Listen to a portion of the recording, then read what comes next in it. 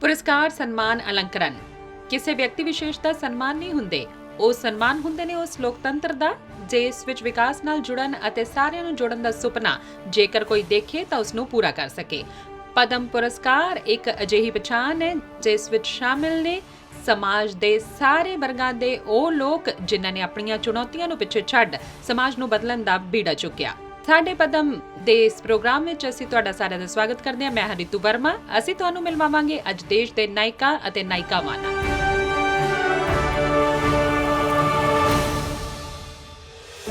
ਭਾਰਤ ਸਰਕਾਰ ਹਰ ਸਾਲ ਸਮਾਜਿਕ ਖੇਤਰ, ਕਲਾ, ਸੰਸਕ੍ਰਿਤੀ, ਵਿਗਿਆਨ ਅਤੇ ਵੱਖ-ਵੱਖ ਖੇਤਰਾਂ ਵਿੱਚ ਵਿਲੱਖਣ ਯੋਗਦਾਨ ਲਈ ਲੋਕਾਂ ਨੂੰ ਪਦਮ ਪੁਰਸਕਾਰਾਂ ਨਾਲ ਸਨਮਾਨਿਤ ਕਰਦੀ ਹੈ। ਆਜ਼ਾਦੀ ਤੋਂ ਬਾਅਦ ਤੋਂ ਭਾਰਤ ਨੇ ਵਿਗਿਆਨ ਦੇ ਖੇਤਰ ਵਿੱਚ ਦਿਨ ਦੁਗਣੀ ਰਾਤ ਚੌਗਣੀ ਤਰੱਕੀ ਕੀਤੀ ਹੈ। ਪਰ ਇਸ ਸਮੇਂ ਵੀ ਕੁਝ ਵਿਦਵਾਨ ਅਜਿਹੇ ਵੀ ਰਹੇ ਨੇ ਜਿਨ੍ਹਾਂ ਨੇ ਸਰੋਤਾਂ ਦੀ ਅਣਹੋਂਦ ਦੇ ਬਾਵਜੂਦ ਔਖੇ ਖੇਤਰਾਂ ਵਿੱਚ ਆਪਣੀ ਕਾਮਯਾਬੀ ਦੀ ਕਹਾਣੀ ਰਚੀ। ਡਾਕਟਰ ਰਾਧਾ ਚਰਨ ਗੁਪਤਾ ਨੂੰ ਭਾਰਤ ਦੇ ਗਣਿਤ ਇਤਿਹਾਸ ਵਿੱਚ ਬਿਹਤਰੀਨ ਯੋਗਦਾਨ ਲਈ ਪਦਮ ਸ਼੍ਰੀ ਨਾਲ ਸਨਮਾਨਿਤ ਕੀਤਾ ਗਿਆ ਹੈ। ਉਹਨਾਂ ਨੇ ਭਾਰਤੀ ਗਣਿਤ ਇਤਿਹਾਸ, ਖਾਸ ਕਰ ਤ੍ਰਿਕੋਣਮਿਤੀ ਯਾਨੀ ਟ੍ਰਿਗਨੋਮੈਟਰੀ ਦੇ ਕਈ ਭੇਤਾਂ ਨੂੰ ਉਜਾਗਰ ਕੀਤਾ ਅਤੇ ਭਾਰਤ ਨੂੰ ਇਸ ਖੇਤਰ ਵਿੱਚ ਵਿਸ਼ਵ ਪੱਧਰ ਤੇ ਸਫਲਤਾ ਦਿਵਾਈ।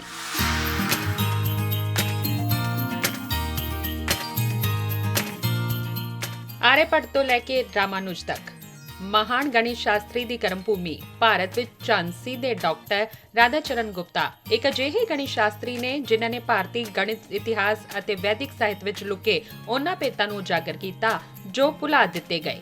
ਖਾਸ ਕਰ ਤ੍ਰਿਕੋਣਮਿਤੀ ਵਿੱਚ ਉਹਨਾਂ ਦਾ ਯੋਗਦਾਨ ਅਨਮੁੱਲ ਹੈ। 87 ਸਾਲਾ ਡਾਕਟਰ ਰਾਧਾ ਚਰਨ ਗੁਪਤਾ ਦੇ ਨਾਂ 500 ਤੋਂ ਵੱਧ ਖੋਜ ਪੱਤਰ ਅਤੇ ਸੈਂਕੜੇ ਕਿਤਾਬਾਂ ਨੇ। ਉਹ ਇੰਡੀਅਨ ਮੈਥਮੈਟੀਕਲ ਸੁਸਾਇਟੀ ਦੇ ਪਹਿਲੇ ਨੁਮਾਇੰਦੇ ਰਹੇ। ਗਣਿਤ ਨਾਲ ਪ੍ਰੇਮ ਦੀ ਜੋ ਕਹਾਣੀ ਭਾਰਤ ਦੀ ਆਜ਼ਾਦੀ ਤੋਂ ਪਹਿਲਾਂ ਸ਼ੁਰੂ ਹੋਈ, ਉਹ ਝਾਂਸੀ ਤੋਂ ਸ਼ੁਰੂ ਹੋ ਕੇ ਲਖਨਊ ਤੱਕ ਪੁੱਜੀ ਅਤੇ ਵਿਸ਼ਵ ਪੱਧਰ ਤੇ ਵੀ ਉਸਨੇ ਆਪਣੀ ਛਾਪ ਛੱਡੀ। 1957 में जो हमने एमएससी किया तो एमएससी में टॉप किया था, जिसकी वजह से हमको वहाँ एक गोल्ड मेडल मिलता है, इसको देवी सहाय मिश्रा गोल्ड मेडल कहते हैं।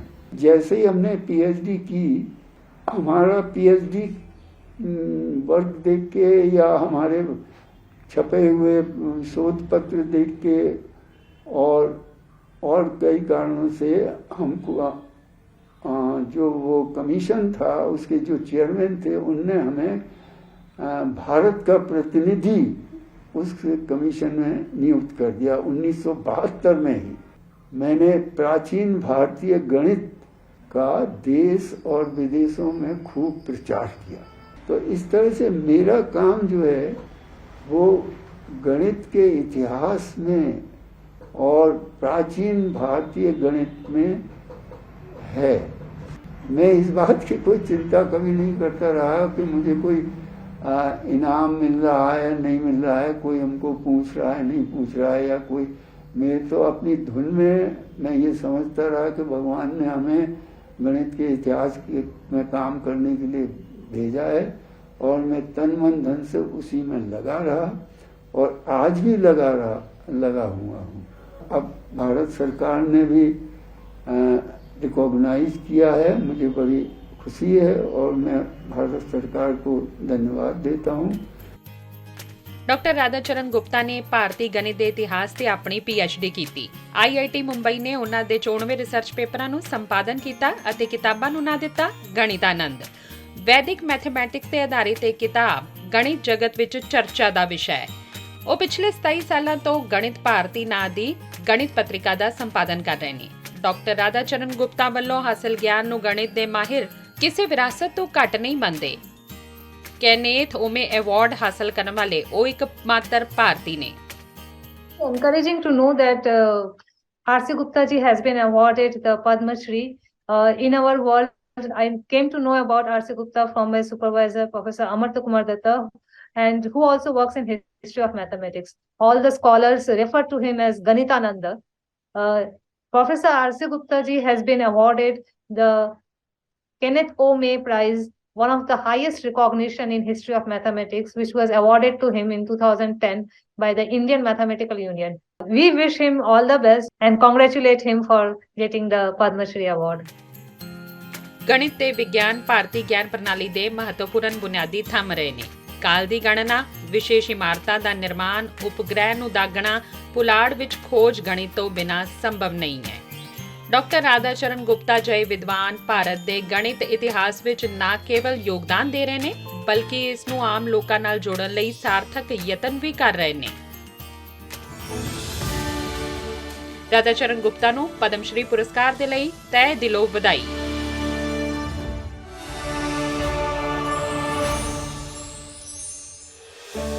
ਭਾਰਤ ਦੀ ਮਿੱਟੀ ਵਿੱਚ ਸਮਾਜ ਸੇਵਾ ਤੇ ਦੇਸ਼ ਪ੍ਰੇਮ ਦੇ ਬੀਜ ਪੈਰ-ਪੈਰ ਤੇ ਖਿਲ ਰਹੇ ਨੇ। ਇੱਕ ਪੀੜ੍ਹੀ ਤਾਂ ਅਜਿਹੀ ਰਹੀ ਹੈ ਜਿਸ ਨੇ ਦੇਸ਼ ਪ੍ਰੇਮ ਦੀ ਭਾਵਨਾ ਨੂੰ ਸਮਾਜ ਸੇਵਾ ਨਾਲ ਜੋੜ ਦਿੱਤਾ। ਕੇਰਲ ਦੇ ਗਾਂਧੀਵਾਦੀ ਵੀਪੀ ਅੱਪੁਕੁੱਟਨ ਨੂੰ ਪਦਮ ਸ਼੍ਰੀ ਨਾਲ ਸਨਮਾਨਿਤ ਕੀਤਾ ਗਿਆ ਹੈ। ਸਮਾਜ ਦੇ ਕਮਜ਼ੋਰ ਵਰਗ ਨੂੰ ਉੱਚਾ ਚੁੱਕਣ ਲਈ ਉਹ ਪਿਛਲੇ 8 ਦਹਾਕਿਆਂ ਤੋਂ ਕੰਮ ਕਰ ਰਹੇ ਨੇ। ਉਹਨਾਂ ਨੇ 1942 ਦੇ ਭਾਰਤ ਛੱਡੋ ਅੰਦੋਲਨ ਵਿੱਚ ਸਰਗਰਮ ਤੌਰ ਤੇ ਹਿੱਸਾ ਲਿਆ। ਉਹ ਖਾਦੀ ਦੇ ਹਾਮੀ ਅਤੇ ਇੱਕ ਪ੍ਰਸਿੱਧ ਸੰਸਕ੍ਰਿਤ ਵਿਦਵਾਨ ਵੀ ਨੇ।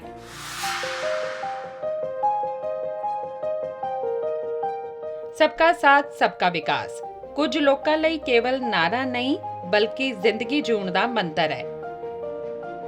ਅਜਿਹੇ ਹੀ ਸਮਾਜ ਸੇਵੀ ਨੇ 99 ਸਾਲ ਦੇ ਸੁਤੰਤਰਤਾ ਸੈਨਾਨੀ ਸ਼੍ਰੀ ਵੀਪੀ ਅੱਪੁਕੁੱਟਨ। ਕੇਰਲ ਦੇ ਪਏ ਕੰਨੂਰ ਵਿੱਚ ਰਹਿਣ ਵਾਲੇ ਅੱਪੁਕੁੱਟਨ ਕੰਨੂਰ ਵਿੱਚ ਆਜ਼ਾਦੀ ਤੋਂ ਬਾਅਦ ਹੀ ਵਿਕਾਸ ਵਿੱਚ ਪਛੜੇ ਅਤੇ ਸਮਾਜ ਨਾਲੋਂ ਟੁੱਟ ਗਏ ਵਰਗਾਂ ਨੂੰ ਵਿਕਾਸ ਦੀ ਮੁੱਖ ਧਾਰਾ ਵਿੱਚ ਸ਼ਾਮਲ ਕਰਨ ਦੇ ਲਈ ਯਤਨਸ਼ੀਲ ਨੇ। ਆਜ਼ਾਦੀ ਦੀ ਲੜਾਈ ਵਿੱਚ ਭਾਰਤ ਛੱਡੋ ਅੰਦੋਲਨ ਦੇ ਦੌਰਾਨ ਉਹਨਾਂ ਨੇ ਆਪਣੇ ਜ਼ੋਰਦਾਰ ਸ਼ਬਦਾਂ ਨਾਲ ਅੰਗਰੇਜ਼ਾਂ ਦੇ ਖਿਲਾਫ ਇੱਕ ਚੇਤਨਾ ਦੀ ਲਹਿਰ ਪੈਦਾ ਕੀਤੀ ਅਤੇ ਬਦਲਾਅ ਲਿਆਉਣ ਦੀ ਜ਼ਿੱਦ ਸੁਤੰਤਰਤਾ ਤੋਂ ਬਾਅਦ ਵੀ ਕਾਇਮ ਰੱਖੀ। ਉਹਨਾਂ ਨੇ ਕੰਨੂਰ ਅਤੇ ਕੋਝੀਕੋਡ ਵਿੱਚ ਅਨੁਸੂਚਿਤ ਜਾਤੀ ਅਤੇ ਜਨਜਾਤੀ ਭਾਈਚਾਰੇ ਦੇ ਬੱਚਿਆਂ ਨੂੰ ਅੱਗੇ ਵਧਾਉਣ ਲਈ ਕਈ ਮਹੱਤਵਪੂਰਨ ਪ੍ਰੋਗਰਾਮ ਚਲਾਏ। ਆਪਣੇ ਕੰਮਾਂ ਦੇ ਲਈ ਕਹਾਉਂਦੇ ਨੇ ਕੰਨੂਰ ਦੇ ਗਾਂਧੀ।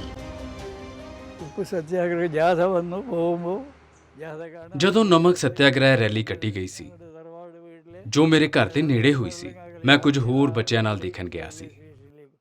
ਗਾਂਧੀ ਜੀ ਕੀ ਜੈ ਅਤੇ ਭਾਰਤ ਮਾਤਾ ਕੀ ਜੈ ਦੇ ਨਾਅਰੇ ਸੁਣਨਾ ਮੇਰੇ ਜੀਵਨ ਵਿੱਚ ਇੱਕ ਪ੍ਰਭਾਵਸ਼ਾਲੀ ਘਟਨਾ ਸੀ। ਉਹਨਾਂ ਕੁਝ ਹੋਰ ਦੇਸ਼ ਭਗਤੀ ਦੇ ਗੀਤ ਅਤੇ ਹੋਰ ਨਾਅਰੇ ਵੀ ਗਾਏ। വരിക വരിക സഹചരേ സഹന സമര സമയമായി കരളുറച്ചു കൈകൾ കോർത്തു കാൽനടയ്ക്കു പോകനാം ഉപ്പു നാം കുറുക്കിടുമ്പോൾ ആരു വന്നെതിർക്കലും സ്വൽപ്പവും കൊടുത്തിടാതെ കോപിയാതെ നിൽക്കണം। 1942 ਦੇ ਭਾਰਤ ਛੱਡੋ ਅੰਦੋਲਨ ਵਿੱਚ ਮੇਰੇ ਚਾਚਾ ਜੀ ਨੂੰ ਵੀ ਗ੍ਰਿਫਤਾਰ ਕੀਤਾ ਗਿਆ ਸੀ। ਕਈ ਹੋਰ ਰਿਸ਼ਤੇਦਾਰਾਂ ਨੂੰ ਵੀ ਗ੍ਰਿਫਤਾਰ ਕੀਤਾ ਗਿਆ। ਉਸ ਦੌਰਾਨ ਮੈਂ ਵੀ ਪ੍ਰੇਰਿਤ ਹੋਇਆ। ਉਦੋਂ ਤੱਕ ਮੈਂ ਹਾਈ ਸਕੂਲ ਦੀ ਪੜ੍ਹਾਈ ਪੂਰੀ ਕਰ ਲਈ ਸੀ। ਮੈਂ ਵਲੰਟੀਅਰ ਕੈਂਪ ਵਿੱਚ ਜਾ ਕੇ ਬਿਨਾਂ ਕਿਸੇ ਨੂੰ ਦੱਸੇ ਆਪਣੀ ਮੈਂਬਰਸ਼ਿਪ ਰਜਿਸਟਰ ਕਰਾਇਆ। ਮੈਂ ਗੁਪਤ ਰੂਪ ਵਿੱਚ ਸਾਈਕਲੋਸਟਾਈਲ ਮਸ਼ੀਨ ਚਲਾਈ, ਪਰਚੇ ਤਿਆਰ ਕੀਤੇ ਅਤੇ ਵੰਡੇ ਅਤੇ ਵਿਦਿਆਰਥੀ ਵਿਰੋਧ ਪ੍ਰਦਰਸ਼ਨਾਂ ਦਾ ਆਯੋਜਨ ਕੀਤਾ। ਜਿਸ ਤੋਂ ਬਾਅਦ ਮੈਂ ਸਰਗਰਮੀ ਨਾਲ ਵਿਦਿਆਰਥੀਆਂ ਵਿੱਚ ਕੰਮ ਕਰਨਾ, ਗੁਪਤ ਮੀਟਿੰਗਾਂ ਅਤੇ ਗੁਪਤ ਰੈਲੀਆਂ ਦਾ ਆਯੋਜਨ ਕਰਨਾ ਸ਼ੁਰੂ ਕਰ ਦਿੱਤਾ। ਮਾਤ ਭੂਮੀ ਦਾ ਪੱਤਰਕਾਰ ਹੋਣ ਕਰਕੇ ਮੈਂ ਰੋਜ਼ ਕੁਝ ਮੀਟਿੰਗਾਂ ਨੂੰ ਸੰਬੋਧਨ ਕਰਦਾ ਸੀ ਅਤੇ ਕੁਝ ਰਿਪੋਰਟਾਂ ਭੇਜਦਾ ਸੀ। ਮੇਰੇ ਤੇ ਇਸ ਸਭ ਦਾ ਦੋਸ਼ ਲਗਾਇਆ ਗਿਆ। ਸਾਨੂੰ ਸਮੂਹਿਕ ਗ੍ਰਿਫਤਾਰ ਕੀਤਾ ਗਿਆ ਤੇ ਬਾਅਦ ਵਿੱਚ ਸਾਨੂੰ ਛੱਡ ਦਿੱਤਾ ਗਿਆ। എല്ലാവരും ഒന്നിച്ച് അറസ്റ്റ് ചെയ്ത് ഒന്നിച്ച് തന്നെ വിട്ടയക്കുകയും ചെയ്തു। ਇੱਕ ਮੰਨੇ ਪ੍ਰਮੰਨੇ ਸੰਸਕ੍ਰਿਤ ਵਿਦਵਾਨ ਸ਼੍ਰੀ ਵੀਪੀ ਅੱਪੁਕੁੱਟਨ ਇੱਕ ਗਾਂਧੀਵਾਦੀ ਵਿਚਾਰਕ ਨੇ। ਸਮਾਜ ਦੇ ਪਛੜੇ ਵਰਗਾਂ ਨੂੰ ਉੱਚਾ ਚੁੱਕਣ ਲਈ ਪਿਛਲੇ 8 ਦਹਾਕਿਆਂ ਤੋਂ ਤਨ ਮਨ ਧਨ ਨਾਲ ਜੁਟੇ ਨੇ। ਖਾਦੀ ਦੇ ਪ੍ਰਚਾਰ ਪ੍ਰਸਾਰ ਵਿੱਚ ਵੀ ਉਹਨਾਂ ਨੇ ਮਹੱਤਵਪੂਰਨ ਭੂਮਿਕਾ ਨਿਭਾਈ। ਭੂਦਾਨ ਅੰਦੋਲਨ ਵਿੱਚ ਵੀ ਵੱਧ ਚੜ੍ਹ ਕੇ ਹਿੱਸਾ ਲਿਆ। ਉਹ ਗਾਂਧੀ ਸਮਾਰਕ ਨਿਧੀ, ਭਾਰਤੀ ਸੰਸਕ੍ਰਿਤ ਪ੍ਰਚਾਰ ਸਭਾ ਨਾਲ ਵੀ ਲੰਮੇ ਸਮੇਂ ਤੋਂ ਜੁੜੇ ਰਹੇ। केरल के गांधीवादी आदरणीय श्री बीपी अप्पुकुट्ट पुदवाल जी को, जो कन्नूर के गांधी के नाम से प्रसिद्ध हैं, पद्मश्री पुरस्कार से सम्मानित किया गया है, जो देश को गौरवान्वित करता है।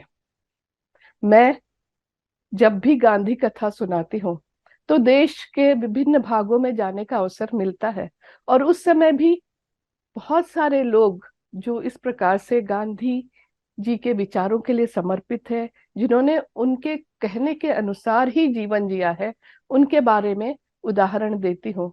तो अब से मुझे एक बहुत सुंदर संयोग मिल गया है कि मैं पुदवाल जी का भी पूरा अनुभव लोगों को सुनाऊं। श्री ਵੀਪੀ ਅਪੁਕੁੱਟਨ ਪੋਦੂਵਾਲ ਨੂੰ ਪਦਮ ਸ਼੍ਰੀ ਪੁਰਸਕਾਰ ਦੀ ਤਹਿ ਦਿਲੋਂ ਵਧਾਈ।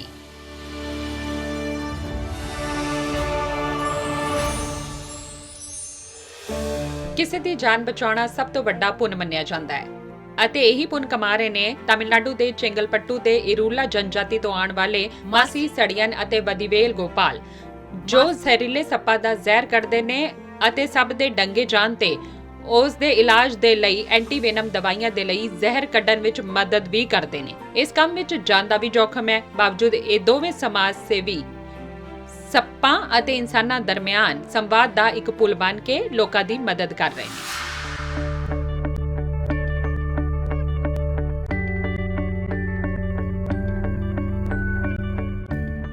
जोखिम भरे रवायती काम ਨੂੰ ਮਨੋਰੰਜਨ ਲਈ ਨਹੀਂ ਬਲਕਿ ਲੋਕਾਂ ਦੀ ਪਰੇਸ਼ਾਨੀ ਦੂਰ ਕਰਨ ਲਈ ਵਰਤੋਂ ਕਰਦੇ ਨੇ ਤਾਮਿਲਨਾਡੂ ਦੇ ਚੇਂਗਲਪੱਟੂ ਦੇ ਇਰੂਲਾ ਜਨਜਾਤੀ ਤੋਂ ਆਉਣ ਵਾਲੇ ਮਾਸੀ ਸੜਾਇਨ ਅਤੇ ਵਡੀਵੇਲ ਗੋਪਾਲ, ਜੋ ਬਚਪਨ ਤੋਂ ਹੀ ਸੱਪ ਫੜਦੇ ਆਏ ਨੇ। ਉਹ ਆਪਣੇ ਕੰਮ ਵਿੱਚ ਇੰਨੇ ਮਾਹਿਰ ਨੇ ਕਿ ਦੁਨੀਆ ਭਰ ਵਿੱਚ ਸੱਪ ਫੜਨ ਦਾ ਆਪਣਾ ਹੁਨਰ ਦਿਖਾ ਚੁੱਕੇ ਨੇ ਅਤੇ ਲੋਕਾਂ ਨੂੰ ਇਸ ਦੀ ਸਿਖਲਾਈ ਵੀ ਦੇ ਰਹੇ ਨੇ। ਅਸੀਂ ਪੀੜ੍ਹੀਆਂ ਤੋਂ ਸੱਪਾਂ ਨੂੰ ਫੜਨ ਦਾ ਕਾਰੋਬਾਰ ਕਰਦੇ ਆ ਰਹੇ ਹਾਂ। ਅਸੀਂ ਛੋਟੀ ਉਮਰ ਤੋਂ ਹੀ ਸੱਪ ਫੜਦੇ ਆ ਰਹੇ ਹਾਂ। ਦਾਸ ਬਿਟਨ ਨੇ ਵਿਦੇਸ਼ਾਂ ਵਿੱਚ ਸੱਪਾਂ ਨੂੰ ਫੜਨ ਦੇ ਤਰੀਕੇ ਅਤੇ ਉਹਨਾਂ ਤੋਂ ਜ਼ਹਿਰ ਕੱਢਣ ਦੇ ਤਰੀਕੇ ਦੇਖੇ। ਉਹਨਾਂ ਨੇ ਸਾਡੇ ਵਰਗੇ ਲੋਕਾਂ ਦੀ ਜ਼ਿੰਦਗੀ ਨੂੰ ਸੁਧਾਰਨ ਬਾਰੇ ਸੋਚਿਆ। ਉਹਨਾਂ ਨੇ ਸਾਡੇ ਕਬੀਲੇ ਦੇ 360 ਲੋਕਾਂ ਨੂੰ ਇਕੱਠਾ ਕੀਤਾ ਅਤੇ ਇੱਕ ਮਗਰਮੱਛ ਫਾਰਮ ਬਣਾਇਆ ਅਤੇ ਫਿਰ ਸਾਡੇ ਸਾਰਿਆਂ ਲਈ ਸੱਪ ਫੜਨ ਦਾ ਲਾਇਸੈਂਸ ਪ੍ਰਾਪਤ ਕੀਤਾ। ਉਹਨਾਂ ਨੇ ਵਪਾਰ ਕਰਨ ਵਿੱਚ ਸਾਡੀ ਮਦਦ ਕੀਤੀ। ਸਾਡੇ ਬਾਰੇ ਜਾਣ ਕੇ ਸਾਨੂੰ ਵਿਦੇਸ਼ਾਂ ਵਿੱਚ ਸੱਪ ਫੜਨ ਲਈ ਲਿਜਾਇਆ ਗਿਆ। 2017 ਵਿੱਚ ਅਸੀਂ ਅਮਰੀਕਾ ਗਏ ਸੀ। 2 ਮਹੀਨੇ ਰਹੇ ਤੇ 31 ਅਜਗਰ ਫੜੇ। ਅਸੀਂ ਅਰਿਆਲੂਰ ਵਿੱਚ ਜਿੱਥੇ ਕੰਮ ਕਰ ਰਹੇ ਸੀ, ਉਹਨਾਂ ਨੇ ਸਾਨੂੰ ਦੱਸਿਆ ਕਿ ਸਾਨੂੰ ਸਾਡੇ ਕੰਮ ਲਈ ਪਦਮ ਸ਼੍ਰੀ ਪੁਰਸਕਾਰ ਮਿਲਣ ਵਾਲਾ ਹੈ ਅਤੇ ਅਰਿਆਲੂਰ ਦੇ ਜ਼ਿਲ੍ਹਾ ਕਲੈਕਟਰ ਨੇ ਸਾਨੂੰ ਬੁਲਾ ਕੇ ਪਹਿਲਾਂ ਸਨਮਾਨਿਤ ਕੀਤਾ ਅਤੇ ਫਿਰ ਅਸੀਂ ਦਿੱਲੀ ਗਏ, ਜਿੱਥੇ ਉਹਨਾਂ ਨੇ ਸਾਨੂੰ ਪਦਮ ਸ਼੍ਰੀ ਨਾਲ ਸਨਮਾਨਿਤ ਕੀਤਾ। ਅਸੀਂ ਇਸ ਲਈ ਰਾਸ਼ਟਰਪਤੀ ਦ੍ਰੋਪਦੀ ਜੀ ਅਤੇ ਪ੍ਰਧਾਨ ਮੰਤਰੀ ਨਰਿੰਦਰ ਮੋਦੀ ਜੀ ਦਾ ਤਹਿ ਦਿਲੋਂ ਧੰਨਵਾਦ ਕਰਦੇ ਹਾਂ।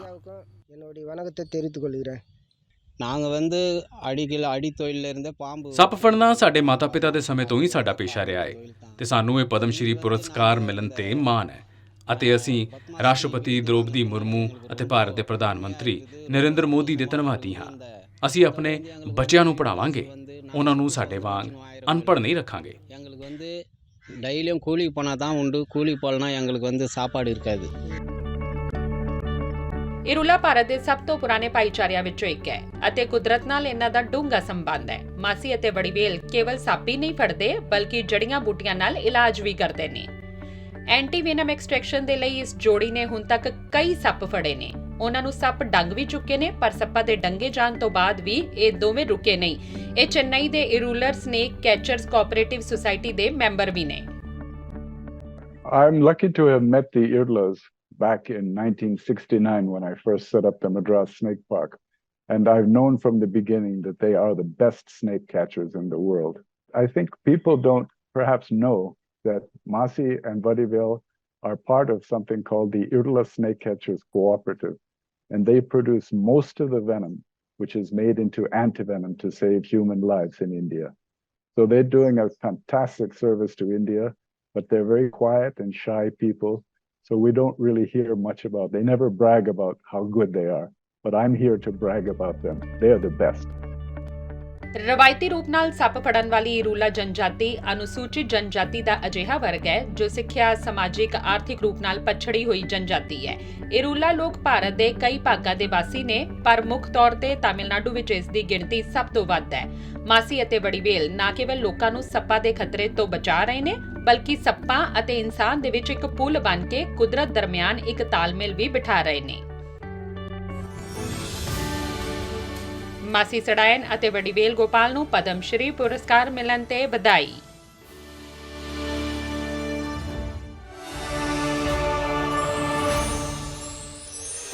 ਜਦੋਂ ਸਮਾਵੇਸ਼ੀ ਸਮਾਜ ਦਾ ਸੁਪਨਾ ਅਸੀਂ ਦੇਖਦੇ ਹਾਂ ਤਾਂ ਉਸ ਵਿੱਚ ਕਤਾਰ ਵਿੱਚ ਸਭ ਤੋਂ ਪਿੱਛੇ ਖੜੇ ਵਿਅਕਤੀ ਤੱਕ ਵੀ ਇਸ ਵਿਕਾਸ ਦੀ ਪਹੁੰਚਣ ਦਾ ਵਿਸ਼ਵਾਸ ਹੋਣਾ ਚਾਹੀਦਾ ਹੈ।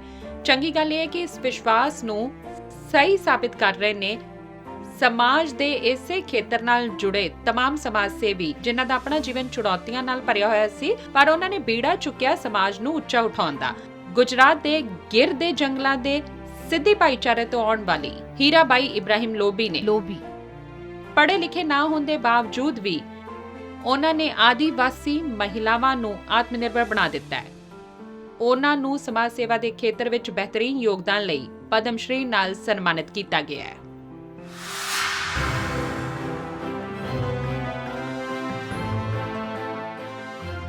ਗਿਰ ਦੇ ਜੰਗਲਾਂ ਵਿੱਚ ਸ਼ੇਰਾਂ ਦੇ ਨਾਲ ਸਿੱਧੀ ਆਦੀਵਾਸੀ ਭਾਈਚਾਰੇ ਦੀ ਇੱਕ ਅਜਿਹੀ ਮਹਿਲਾ ਰਹਿੰਦੀ ਹੈ ਜੋ ਆਦੀਵਾਸੀ ਭਾਈਚਾਰੇ ਨੂੰ ਉੱਚਾ ਚੁੱਕਣ ਅਤੇ ਵਿਕਾਸ ਲਈ ਅਣਥੱਕ ਯਤਨ ਕਰ ਰਹੀ ਹੈ।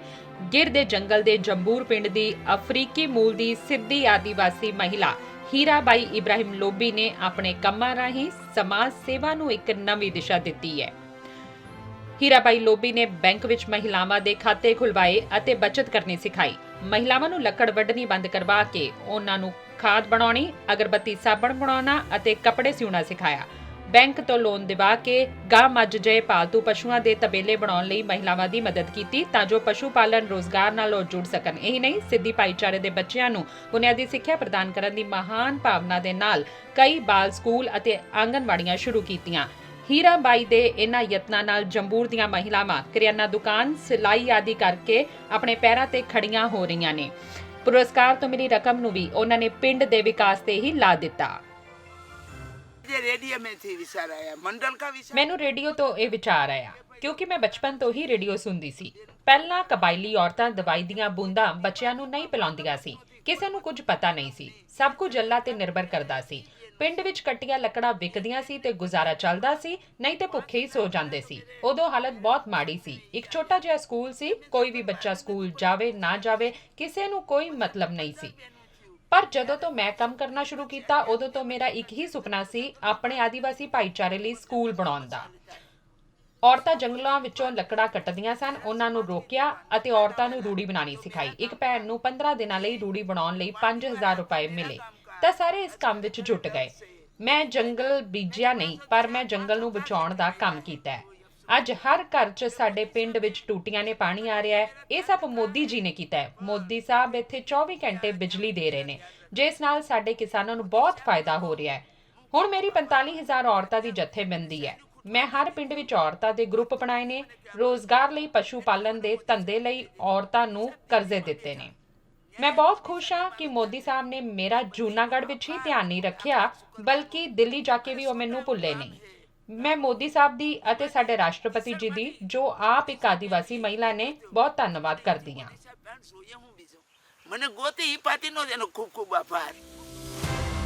ਹੀਰਾਬਾਈ ਕਦੇ ਸਕੂਲ ਨਹੀਂ ਗਈ। ਰੇਡੀਓ ਤੇ ਸੁਣ ਕੇ ਉਹਨਾਂ ਨੇ ਜ਼ਰੂਰੀ ਗਿਆਨ ਹਾਸਲ ਕੀਤਾ, ਭਾਵੇਂ ਮਹਿਲਾਵਾਂ ਨਾਲ ਜੁੜੀਆਂ ਵਿਕਾਸ ਯੋਜਨਾਵਾਂ ਹੋਣ ਜਾਂ ਫਿਰ ਜੈਵਿਕ ਖਾਦ ਬਣਾਉਣਾ। ਬਚਪਨ ਵਿੱਚ ਹੀ ਮਾਤਾ-ਪਿਤਾ ਦਾ ਦੇਹਾਂਤ ਹੋ ਗਿਆ, ਪਰ ਅੱਜ ਉਹ ਹਜ਼ਾਰਾਂ ਮਹਿਲਾਵਾਂ ਦੀ ਮਾਂ ਬਣ ਕੇ ਉਹਨਾਂ ਨੂੰ ਜਿਉਣ ਦਾ ਰਾਹ ਦਿਖਾ ਰਹੇ ਨੇ। मैंने हीराबाई का तस्वीर देखा और वो पद्मा पुरस्कार स्वीकार करने का चित्र भी देखा और मुझे बहुत अच्छा लगा। एक है उनका एजुकेशन नहीं है लेकिन कितने लोग सिद्धि लोगों को एजुकेशन दे रहे हैं, और एक महिला को इतना आसान नहीं है और उधर पैसा नहीं है, मदद नहीं है, ऐसे लोगों को हम सलाम कर। ਪੂਰਬੀ ਅਫਰੀਕੀ ਮੂਲ ਦੇ ਸਿੱਧੀ ਭਾਈਚਾਰੇ ਨੂੰ ਇਸਲਾਮੀ ਸ਼ਾਸਕਾਂ ਵੱਲੋਂ ਗੁਲਾਮ ਬਣਾ ਕੇ ਭਾਰਤ ਲਿਆਂਦਾ ਗਿਆ ਸੀ। ਸ਼ੁਰੂਆਤੀ ਜਾਣਕਾਰੀ 11ਵੀਂ ਈਸਵੀ ਦੀ ਮਿਲਦੀ ਹੈ। ਬਾਅਦ ਵਿੱਚ 14ਵੀਂ ਅਤੇ 17ਵੀਂ ਸਦੀ ਵਿੱਚ ਨਵਾਬਾਂ ਅਤੇ ਸੁਲਤਾਨਾਂ ਵੱਲੋਂ ਸੈਨਿਕ ਜਾਂ ਗੁਲਾਮ ਬਣਾ ਕੇ ਲਿਆਇਆ ਜਾਂਦਾ ਸੀ। ਗੁਜਰਾਤ ਦੇ ਸਿੱਧੀ ਭਾਈਚਾਰੇ ਨੂੰ ਭਾਰਤ ਸਰਕਾਰ ਵੱਲੋਂ ਅਨੁਸੂਚਿਤ ਜਨਜਾਤੀ ਦੀ ਸੂਚੀ ਵਿੱਚ ਸ਼ਾਮਿਲ ਕੀਤਾ ਗਿਆ ਹੈ। ਹੀਰਾਬਾਈ ਲੋਬੀ ਜਿਹੀਆਂ ਮਹਿਲਾਵਾਂ ਇਸ ਗੱਲ ਦੀ ਸਸ਼ਕਤ ਮਿਸਾਲ ਨੇ ਕਿ ਇੱਕ ਮਹਿਲਾ ਠਾਣ ਲੈਂਦੀ ਹੈ ਤਾਂ ਕੋਈ ਤਾਕਤ ਉਸ ਨੂੰ ਅੱਗੇ ਵਧਣ ਤੋਂ ਰੋਕ ਨਹੀਂ ਸਕਦੀ। ਹੀਰਾਬਾਈ ਲੋਬੀ ਨੂੰ ਪਦਮ ਸ਼੍ਰੀ ਪੁਰਸਕਾਰ ਲਈ ਹਾਰਦਿਕ ਵਧਾਈ।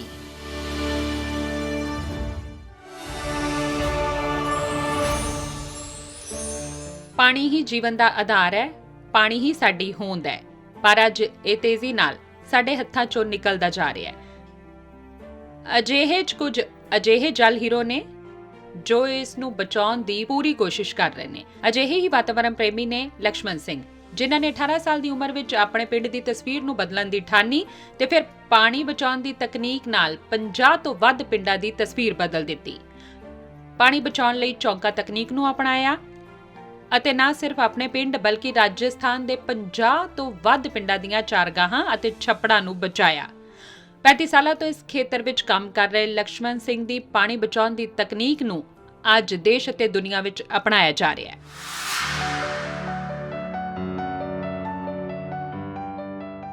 ਰਹਿਮਨ ਪਾਣੀ ਰਾਖੀਏ ਬਿਨ ਪਾਣੀ ਸਭ ਸੂਨ। ਇਹਨਾਂ ਸ਼ਬਦਾਂ ਦੇ ਅਰਥ ਨਾ ਸਿਰਫ ਆਪਣੀ ਜ਼ਿੰਦਗੀ ਵਿੱਚ ਸਗੋਂ ਦੂਜਿਆਂ ਦੀ ਜ਼ਿੰਦਗੀ ਵਿੱਚ ਵੀ ਉਤਾਰ ਦੇਣ ਵਾਲੇ ਰਾਜਸਥਾਨ ਦੇ ਪਿੰਡ ਲੋਪਾਡੀਆ ਦੇ ਇੱਕ ਸਮਾਜ ਸੇਵੀ ਲਕਸ਼ਮਣ ਸਿੰਘ, ਜਿਹੜੇ ਜਲ ਕ੍ਰਾਂਤੀ ਦੇ ਹੀਰੋ ਨੇ। ਲਕਸ਼ਮਣ ਸਿੰਘ ਨੇ ਪਾਣੀ ਬਚਾਉਣ ਦੀ ਚੌਕਾ ਤਕਨੀਕ ਅਤੇ ਇਸ ਦੇ ਲਈ ਚਲਾਈ ਗਈ ਮੁਹਿੰਮ ਨਾਲ 50 ਤੋਂ ਵੱਧ ਪਿੰਡਾਂ ਦੀ ਤਸਵੀਰ ਬਦਲ ਦਿੱਤੀ, ਛੱਪੜਾਂ ਦੀ ਮੁਰੰਮਤ ਕੀਤੀ ਅਤੇ ਚਾਰਗਾਹਾਂ ਨੂੰ ਵੀ ਬਚਾਇਆ। ਖੁਦ ਵੀ ਸ਼ਰਮਦਾਨ ਕੀਤਾ। ਲਕਸ਼ਮਣ ਸਿੰਘ 18 ਸਾਲ ਦੀ ਉਮਰ ਤੋਂ ਪਾਣੀ ਦੀ ਸੰਭਾਲ ਲਈ ਕੰਮ ਕਰ ਰਹੇ ਨੇ। ਉਹਨਾਂ ਨੇ ਪਿੰਡ-ਪਿੰਡ ਅਤੇ ਸ਼ਹਿਰ-ਸ਼ਹਿਰ ਜਾ ਕੇ ਚੌਕਾ ਤਕਨੀਕ ਅਤੇ ਪਾਣੀ ਦੀ ਸੰਭਾਲ ਬਾਰੇ ਲੋਕਾਂ ਨੂੰ ਜਾਗਰੂਕ ਕੀਤਾ। ਉਹਨਾਂ ਨੇ ਪਿੰਡ ਦੇ ਬਹੁਤ ਸਾਰੇ ਨੌਜਵਾਨਾਂ ਨੂੰ ਨਾਲ ਲੈ ਕੇ ਗ੍ਰਾਮ ਵਿਕਾਸ ਨਵਯੁਵਕ ਸਮਿਤੀਆਂ ਦਾ ਗਠਨ ਵੀ ਕੀਤਾ। ਉਹ ਕੁਦਰਤੀ ਸੋਮਿਆਂ ਦਾ ਪ੍ਰਬੰਧਨ ਮੁੜ ਪਿੰਡੂ ਭਾਈਚਾਰਿਆਂ ਦੇ ਹੱਥਾਂ ਵਿੱਚ ਲਿਆ ਰਹੇ ਨੇ। ਪੀੜ੍ਹੀ ਦਰ ਪੀੜ੍ਹੀ ਕੀਤਾ ਜਾਣ ਵਾਲਾ ਪਾਣੀ ਪ੍ਰਬੰਧਨ ਦਾ ਸਥਾਨਕ ਗਿਆਨ ਇਕੱਠਾ ਕਰਕੇ ਲੋਕਤੰਤਰੀ ਜਲ ਪ੍ਰਬੰਧਨ ਦੇ ਸਵਦੇਸ਼ੀ ਖਾਕੇ ਨੂੰ ਲਾਗੂ ਕਰਨ ਲਈ ਰਾਜਸਥਾਨ ਦੇ 80 ਤੋਂ ਵੱਧ ਪਿੰਡਾਂ 'ਚ ਨੌਜਵਾਨਾਂ ਨੂੰ ਸਿੱਖਿਅਤ ਕਰਨ ਲਈ ਧਿਆਨ ਕੇਂद्रित कर रहे हैं। 40 बरस पहले हमारा इलाका जो है इसको लोकल शब्दों में काठेड़ा बोलते हैं, यानी कि ज़मीन काठी है और जब पानी गिरता है तो पानी चलने लगता है और रिचार्ज 3% ही होता है। हमें तालाब बनाना है इस एरिया में, चौका सिस्टम एक डिज़ाइन हमने निकाली कि पानी रुके बारिश का और वो बारिश का पानी ज़मीन में उतरे, और जब ज़मीन में पानी उतरेगा तो वो कुओं में उतरेगा और ज़मीन पानीदार बनेगी, जिससे हरियाली ऊपर आएगी। हमारे इलाके में हरियाली बड़ी गजब की है क्योंकि हमने चौका सिस्टम किया है और चौका सिस्टम छोटे छोटे स्ट्रक्चर हैं तो बरसात का पानी रोकता है। हमारे यहाँ गरीबी मिट चुकी है, यहाँ पानी की कोई कमी नहीं है, हमारे काम के लायक पानी है, हमारे काम के लायक ज़मीन उपजाऊ है। जब ये पद्मश्री का सूचना हमें मिली तो हमें ये महसूस हुआ कि वास्तव में कोई अच्छे काम के लिए भारत सरकार किसी के लिए सोचती है, पहचान के लिए सोचती है, और मुझे एक अच्छी पहचान मिली। हमको जब पद्मश्री मिला तो लोगों के दिमाग में आया है कि पानी का काम और मिट्टी का काम और पर्यावरण का काम ज़रूर करना चाहिए, इससे ज़िंदगी चलती है। पूरे भारत को पानीदार और पर्यावरणदार बनाना है हमें, ये हमारी जिम्मेदारी आ चुकी है और हम इसको करेंगे। ਚੌਕਾ ਤਕਨੀਕ ਵਿੱਚ ਮੀਂਹ ਦਾ ਪਾਣੀ ਜਿੱਥੇ ਡਿੱਗਦਾ ਹੈ ਉੱਥੇ ਇਕੱਠਾ ਹੋ ਜਾਂਦਾ ਹੈ। ਇਸ ਵਿੱਚ ਲੰਮੀ ਢਲਾਨ ਨੂੰ ਛੋਟੀਆਂ ਢਲਾਨਾਂ ਵਿੱਚ ਵੰਡਣ ਨਾਲ ਪਾਣੀ ਦੇ ਵਹਿਣ ਦੀ ਰਫ਼ਤਾਰ ਇੰਨੀ ਘੱਟ ਹੋ ਜਾਂਦੀ ਹੈ ਕਿ ਮਿੱਟੀ ਨਹੀਂ ਖੁਰਦੀ। ਇਸ ਕਾਰਨ ਪਾਣੀ ਦਾ ਵਹਾਅ ਰੁਕ ਕੇ ਜ਼ਮੀਨ ਵਿੱਚ ਹੀ ਭਰ ਜਾਂਦਾ ਹੈ। ਨਾਲ ਹੀ ਘਾਹ, ਬੂਟੇ ਅਤੇ ਰੁੱਖਾਂ ਦੇ ਮੁੜ ਵਿਕਾਸ ਵਿੱਚ ਵੀ ਮਦਦ ਕਰਦਾ ਹੈ। लक्ष्मण सिंह जी लंबे समय से जल संरक्षण के काम में जुटे हैं। उन्होंने अपने लापोडिया गांव को पानीदार बनाया, फिर नदी पर तरुण भारत संघ के साथ मिलकर यहाँ बहुत काम किया। उनका जीवन का बड़ा हिस्सा पानी के बड़े काम करने में लगा। उसका परिणाम है कि वो टोंक जिले में, अजमेर जिले में और कई जिलों में, गांव-गांव में, चित्तौड़गढ़ में, भीलवाड़ा में, गांव-गांव में उन्होंने पानी के काम किए। उन पानी के कामों से उनका जो इलाका था वो पानीदार बनने की दिशा में आगे बढ़ा। इसलिए लक्ष्मण सिंह जी का काम जल संरक्षण की दिशा से बहुत अच्छा काम है। उनको पद्मश्री मिली, एक बार फिर उनको बधाई। ਅੱਜ ਤੋਂ ਦਹਾਕੇ ਪਹਿਲਾਂ ਲੋਪਾੜੀਆ ਸਮੇਤ ਰਾਜਸਥਾਨ ਦੇ ਬਹੁਤੇ ਪਿੰਡਾਂ ਵਿੱਚ ਪਾਣੀ ਦਾ ਪੱਧਰ ਹੇਠਾਂ ਜਾਣ ਕਾਰਨ ਲੋਕਾਂ ਨੂੰ ਖੂਹਾਂ ਅਤੇ ਮਤਰਈਆਂ ਵਿੱਚ ਜਾਣ ਖਤਰੇ ਵਿੱਚ ਪਾ ਕੇ ਹੇਠਾਂ ਜਾਣਾ ਪੈਂਦਾ ਸੀ ਅਤੇ ਇਸ ਦਾ ਅਸਰ ਖੇਤੀ ਤੇ ਵੀ ਪੈ ਰਿਹਾ ਸੀ। ਲਕਸ਼ਮਣ ਸਿੰਘ ਨੇ ਚੌਕਾ ਤਕਨੀਕ ਨਾਲ ਨਾ ਸਿਰਫ ਪਾਣੀ ਦਾ ਪੱਧਰ ਉੱਚਾ ਚੁੱਕਣ ਵਿੱਚ ਮਦਦ ਕੀਤੀ, ਸਗੋਂ ਸਿੱਖਿਆ ਦੇ ਖੇਤਰ ਵਿੱਚ ਵੀ ਸ਼ਾਨਦਾਰ ਕੰਮ ਕੀਤਾ। ਕਈ ਪਿੰਡਾਂ ਵਿੱਚ ਸਕੂਲ ਖੋਲ੍ਹੇ ਗਏ। ਅੱਜ ਲਕਸ਼ਮਣ ਸਿੰਘ ਦੀਆਂ ਕੋਸ਼ਿਸ਼ਾਂ ਸਦਕਾ ਰਾਜਸਥਾਨ ਦੇ ਪਿੰਡ-ਪਿੰਡ ਵਿੱਚ ਅਨੇਕਾਂ ਚਿਹਰਿਆਂ ਤੇ ਖੁਸ਼ੀ ਖਿੜੀ ਹੈ। ਕੁੜੀਆਂ ਦੇ ਹੱਥਾਂ ਵਿੱਚ ਪਾਣੀ ਦੇ ਬਰਤਨ ਨਹੀਂ, ਹੱਥਾਂ ਵਿੱਚ ਕਿਤਾਬਾਂ ਨੇ। ਪਦਮ ਸ਼੍ਰੀ ਪੁਰਸਕਾਰ ਲਈ ਜਲ ਸੰਭਾਲ ਕਰਤਾ ਲక్ష్మణ ਸਿੰਘ ਨੂੰ ਹਾਰਦਿਕ ਵਧਾਈ।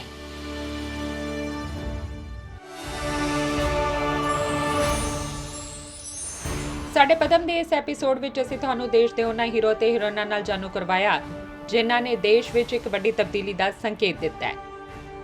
ਸਾਡੇ ਪਦਮ ਦੇ ਇਸ ਐਪੀਸੋਡ ਵਿੱਚ ਅੱਜ ਬਸ ਇੰਨਾ ਹੀ, ਪਰ ਇਹ ਸਿਲਸਿਲਾ ਜਾਰੀ ਰਹੇਗਾ ਅਤੇ ਅਸੀਂ ਤੁਹਾਨੂੰ ਦੇਸ਼ ਦੇ ਅਣਗਿਣਤ ਹੀਰੋ ਤੇ ਹੀਰੋਇਨਾਂ ਨਾਲ ਜਾਣੂ ਕਰਵਾਉਂਦੇ ਰਵਾਂਗੇ।